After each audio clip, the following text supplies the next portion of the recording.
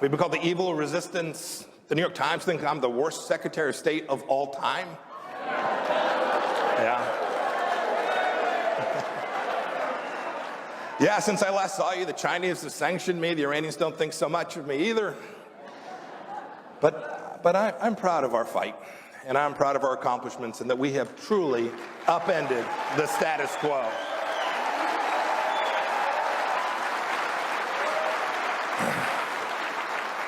We've demonstrated enormous resistance to socialism, to the woke cancel culture. I'll talk some about that. We've resisted seeing our liberty and our freedoms slipping away. This is a noble, worthy fight, and we're in it. We fought hard. We fought for it hard on nearly every front, and we will always fight for it. I remember when they were calling us disruptors and that said they were against the establishment. We said, of course.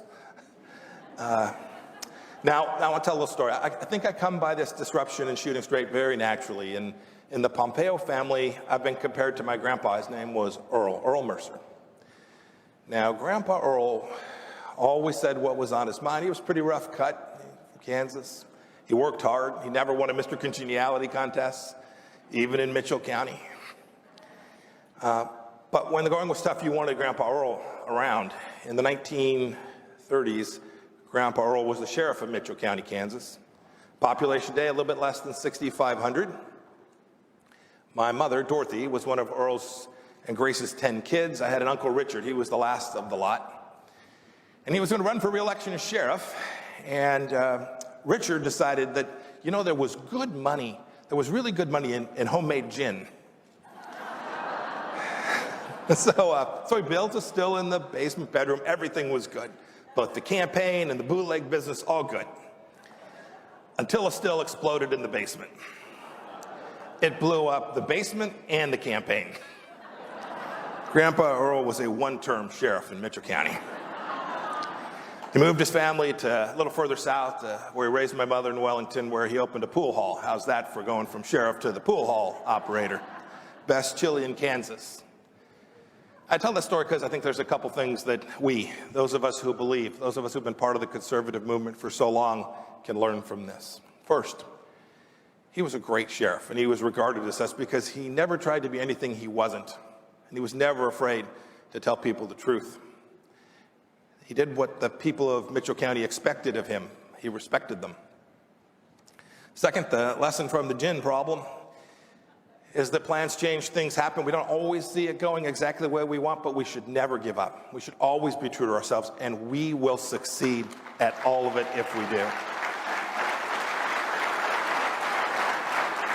Grandpa Earl knew, too, that facts mattered. So today I'm going to arm you with some facts, some accomplishments from these past 4 years, how we protected every one of you and our great Bill of Rights at every turn. And what's good news today for me is when you're a diplomat, when you're the 70th Secretary of State, you know, you have to stay in your lane. I don't have that. I'm not a diplomat. I'm going to let it rip.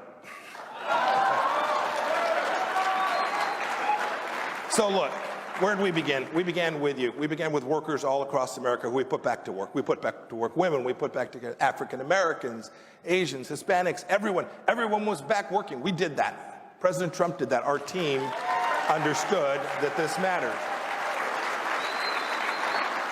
We focused on the economy that put Americans back to work.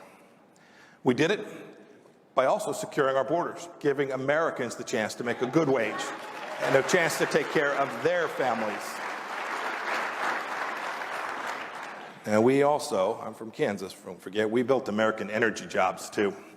We rolled back regulations on job creators, and we wanted everyone to take risk and grow their business and create opportunity for people all across America.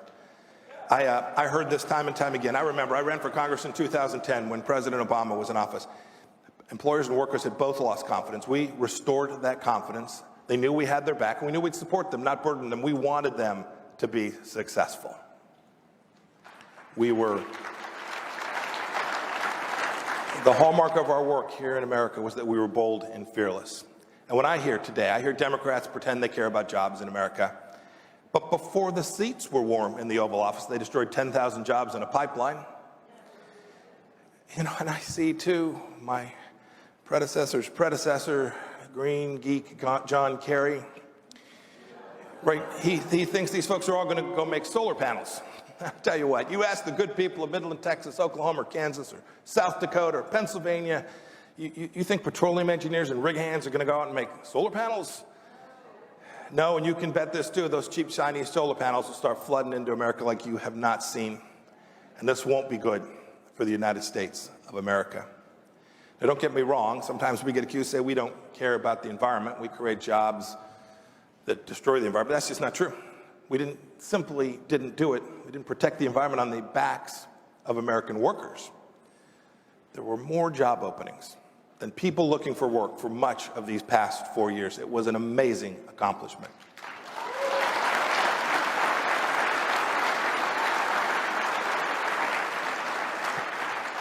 And when the Chinese wanted to come steal your job, we just said, no way.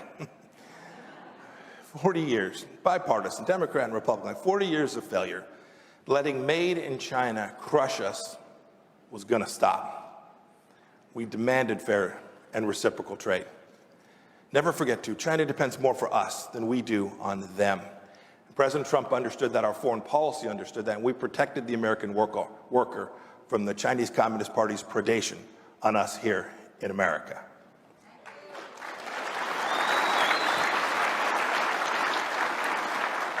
Now, my job often took me overseas.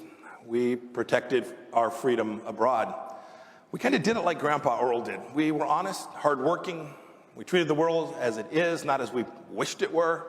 We weren't going to live in fantasy land. I will tell you, I walked out of some very quiet rooms in Europe.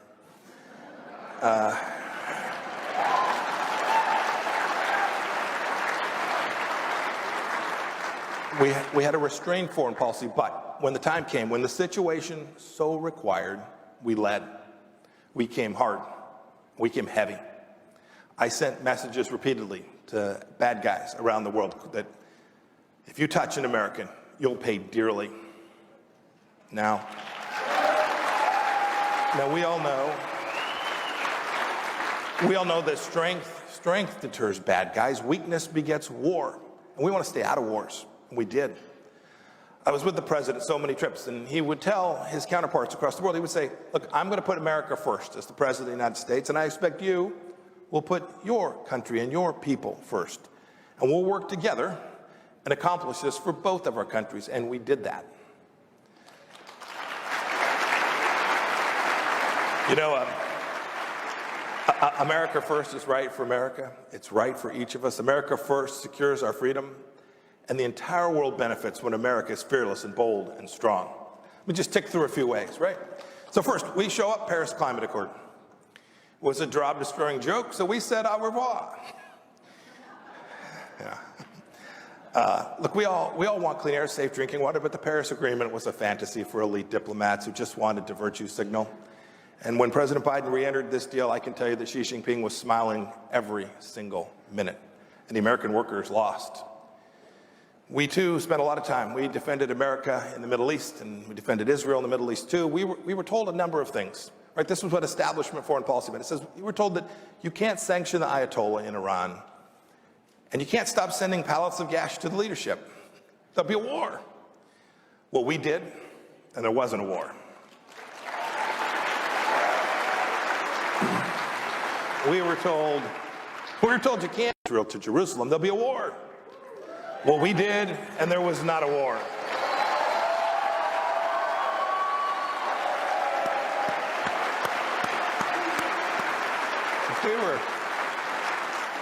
We were told you can't allow Israel to have its rights in Judea and Samaria and in the Golan Heights. There'll be war. Well, we did that. We righted that, and there was no war. We were told, and this was believed for an awful long time, that you can't secure peace in the region, in the Middle East, between Arab nations and Israel without buying off Palestinian kleptocrats. You'll create World War III. But we did.